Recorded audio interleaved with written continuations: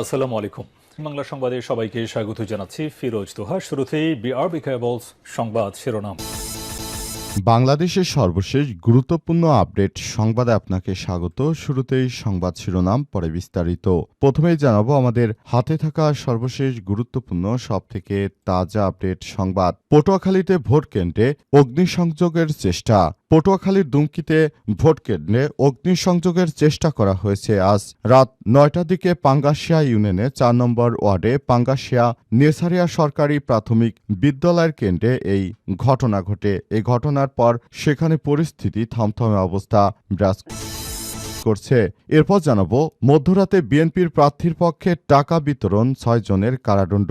ময়মনসিংহ ১১ আসনে বিএনপির প্রার্থীর পক্ষে ভোটারদের মধ্যে টাকা বিতরণের সময় হাতে নাতে ৬ জনকে আটক করে ভ্রাম্যমাণ আদালত এবং তাদের কাছ থেকে ৬টি মুঠোফোন, ২৫,০০০ টাকা হিসাবের খাতা, একটি প্রাইভেট কার জব্দ করা হয়েছে। তাদেরকে বিভিন্ন মেয়াদে কারাদণ্ড দিয়েছে ম্যাজিস্ট্রেট। এদিকে জামাত কর্মীকে অস্ত্র দিয়ে ফাঁসানোর চেষ্টা, বিএনপির আটকের ৪ ঘণ্টা পর উদ্ধার। ফেনীর ছাগলনাইয়ায় শামসুল আরেফিন ৩৫ নামের এক জামাত ইসলামের কর্মীকে তুলে নিয়ে অস্ত্র দিয়ে ফাঁসানোর চেষ্টার অভিযোগ উঠেছে স্থানীয় বিএনপির কর্মীর বিরুদ্ধে। আজ রাতে ঘোপাল ইউনিয়নে এই ঘটনা ঘটে। তবে ৪ ঘণ্টা জিম্মি করে রাখার পর ভুক্তভোগীকে আইনশৃঙ্খলা রক্ষাকারী বাহিনীর সদস্যরা উদ্ধার করে পরিবারের কাছে হস্তান্তর করেছে।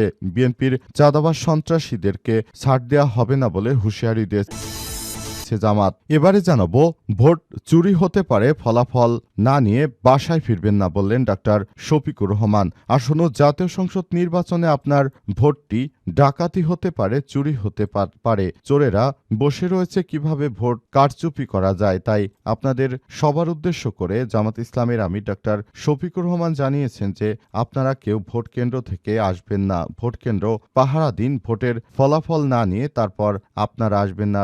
যতক্ষণ পর্যন্ত আমরা কেন্দ্র থেকে ঘোষণা না দিব যে আমাদের জয় কিংবা পরাজয় হয়েছে, ততক্ষণ পর্যন্ত কোনো সন্ত্রাসী নাশকতাকারীর কথা আপনারা বিশ্বাস করবেন না। সেজন্য ইতিমধ্যেই জামাতের আমির সবাইকে নিয়ে একটি গুরুত্বপূর্ণ বার্তা দিয়েছে। এ বিষয়ে খুবই গুরুত্বপূর্ণ সংবাদ জানাবো, সঙ্গে থাকুন।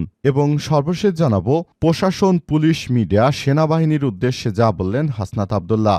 এনসিপির দক্ষিণাঞ্চলের মুখ্য সংগঠক এবং কুমিল্লা ৪ আসনে জামাতের জোটের প্রার্থী হাসনাত আব্দুল্লাহ বলেছেন, প্রিয় প্রশাসন, প্রিয় পুলিশ, প্রিয় মিডিয়া এবং অত্যন্ত প্রিয় সেনাবাহিনীর ভাইয়েরা, আপনারা যারা আছেন আপনাদের প্রতি অনুরোধ থাকবে আপনারা এবার নিরপেক্ষ ভূমিকা পালন করুন। ১২ তারিখ শুধু যে ভোটারদের পরীক্ষার বিষয়টা এমন নয়, এই প্রতিষ্ঠানগুলোর জন্য পরীক্ষা, আপনাদেরও পরীক্ষা। আপনারা মানুষের কতটা আস্থা অর্জন করেছেন সেটারও পরীক্ষা। সেজন্য আমরা প্রত্যাশা করি আপনারা গণবিরোধী কোনো সিদ্ধান্ত নেবেন না বলে সেনাবাহিনীর উদ্দেশ্যে এমন কথা বলেছেন হাসনাত আব্দুল্লাহ। তিনি বলেন, দীর্ঘ ১৭ বছর ধরে আপনারা দেখেছেন যে দেশে কত বড় জালিম সরকার ছিল। এই জালিম সরকারকে রক্ত দিয়ে হটিয়েছি। আবার আপনারা যদি নতুন করে আবার আরেক জালিমকে বসার সুযোগ করে দিন, বাংলাদেশটাকে এগিয়ে নিতে হবে, সেটি অবশ্যই আপনাদেরকে মাথায় রাখতে হবে প্রিয় ভাইরা।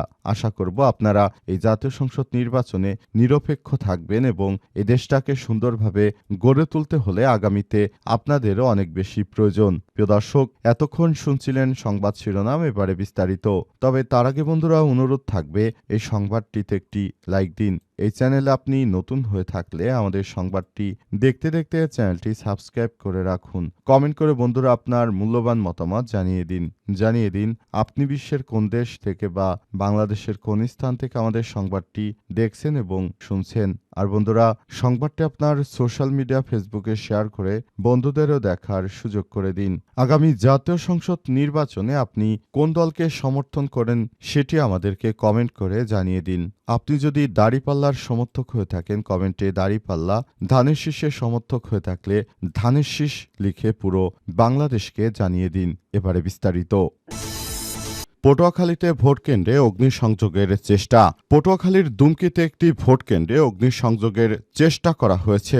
আজ রাতে ৯টার দিকে পাঙ্গাশিয়া ইউনিয়নের ৪ নম্বর ওয়ার্ডের পাঙ্গাশিয়া নেসারিয়া সরকারি প্রাথমিক বিদ্যালয় কেন্দ্রে এই ঘটনা ঘটে। প্রত্যক্ষদর্শীদের সূত্র থেকে জানা গেছে, রাতে কয়েকজন দুর্বৃত্ত টায়ারে আগুন জ্বালিয়ে কেন্দ্রটির ভেতরে ছুড়ে দিয়ে দ্রুত সেখান থেকে পালিয়ে যায়। সময় এশার নামাজ শেষে বাড়ি ফেরার পথে দুই কিশোর সেখানে একটি কক্ষে আগুন দেখতে পেয়ে চিৎকার শুরু করে। তাদের ডাক চিৎকারে আশপাশের লোকজন দ্রুত ঘটনাস্থলে ছুটে এসে তা নেভাতে সক্ষম হয়। ফলে বড় ধরনের ক্ষয়ক্ষতি থেকে রক্ষা পেয়েছে ভোট কেন্দ্রটি। উল্লেখ্য, বাংলাদেশের প্রতিটি ভোট কেন্দ্র প্রায় স্কুলে অনুষ্ঠিত হবে এবং প্রতিটি স্কুলে নাশকতার চেষ্টা করছে সন্ত্রাসীরা। এই সন্ত্রাসীদেরকে ধরে ধরে সেনাবাহিনীর হাতে তুলে দিন। অন্তর্বর্তীকালীন সরকারের প্রধান উপদেষ্টা জানিয়েছে, কোনো নাশকতা চলতে দেওয়া হবে না। যে বা যারা নাশকতার সঙ্গে জড়িত তাদেরকে আটক করে দ্রুত নিকটস্থ সেনা সদস্যদের 333 নাম্বারে ফোন করে তারপর ধরিয়ে দিন। যারাই সন্ত্রাসী নাশকতা চালাবে, ভোটকেন্দ্র দখলের চেষ্টা করবে, তাদের হাত পা গুড়িয়ে দেওয়ার ঘোষণা দিয়েছে রাজনৈতিক দল এবং প্রশাসনের সদস্যরা। রাজনৈতিক দলও বলছে যে, বিশেষ করে জামাত ইসলামের পক্ষ থেকে বলা হচ্ছে যে, যারা চাঁদাবাজ, সন্ত্রাসী, রাহাজানিকারক রয়েছে তাদের হাত পা গুড়িয়ে দিয়ে তারপর হাসপাতালে পাঠিয়ে দিতে। আবার বলা হয়েছে যে, কেউ যদি ভোট কেন্দ্রে ভোট ডাকাতির চেষ্টা করতে কেউ যদি আসার চেষ্টা করেন তাহলে তার পরিবার থেকে যেন দোয়া নিয়ে আসা হয়, তা না হলে তারা সেখান থেকে ফেরত যেতে পারবে না। মধ্যরাতে বিএনপির পক্ষে টাকা বিতরণ ৬ জনের কারাদণ্ড।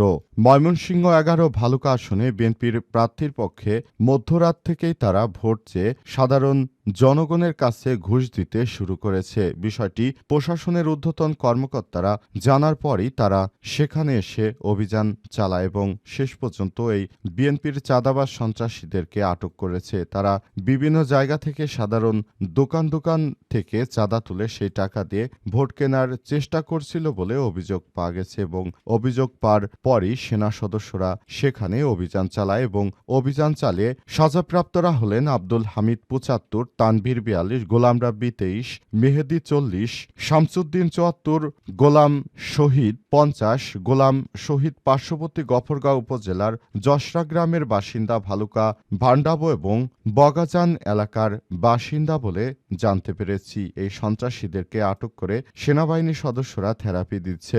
এদেরকে থেরাপি দিলেই তারপর মোটামুটি কথা তারা ঠিক হবে। আগামীর জাতীয় সংসদ নির্বাচনকে সুষ্ঠু সুন্দর পরিবেশের মধ্য দিয়ে নিয়ে যাওয়ার জন্য সরকারের পক্ষ থেকে বিভিন্ন প্রতিশ্রুতি এবং কার্যক্রম চালানো হলে প্রকৃতপক্ষে এখন কিন্তু দেখা যাচ্ছে ভিন্ন কথা। কারণ দেশের বিভিন্ন জায়গায় বিএনপির এই চাঁদাবাজ সন্ত্রাসীরা তারা নানাভাবে অপকর্মে ব্যস্ত রয়েছে। এসব অপকর্ম করে মূলত তারা বাংলাদেশটাকে আবারও খারাপের দিকে এগিয়ে নিয়ে যেতে চায়, এমনটাই আশঙ্কা করা হচ্ছে এবং সেই জায়গা থেকেই এখন পর্যন্ত আসলে সবকিছু করা হচ্ছে এবং বিএনপির চাঁদাবাজি সন্ত্রাসীদের বিরুদ্ধে সরকারের কার্যক্রম অব্যাহত রয়েছে।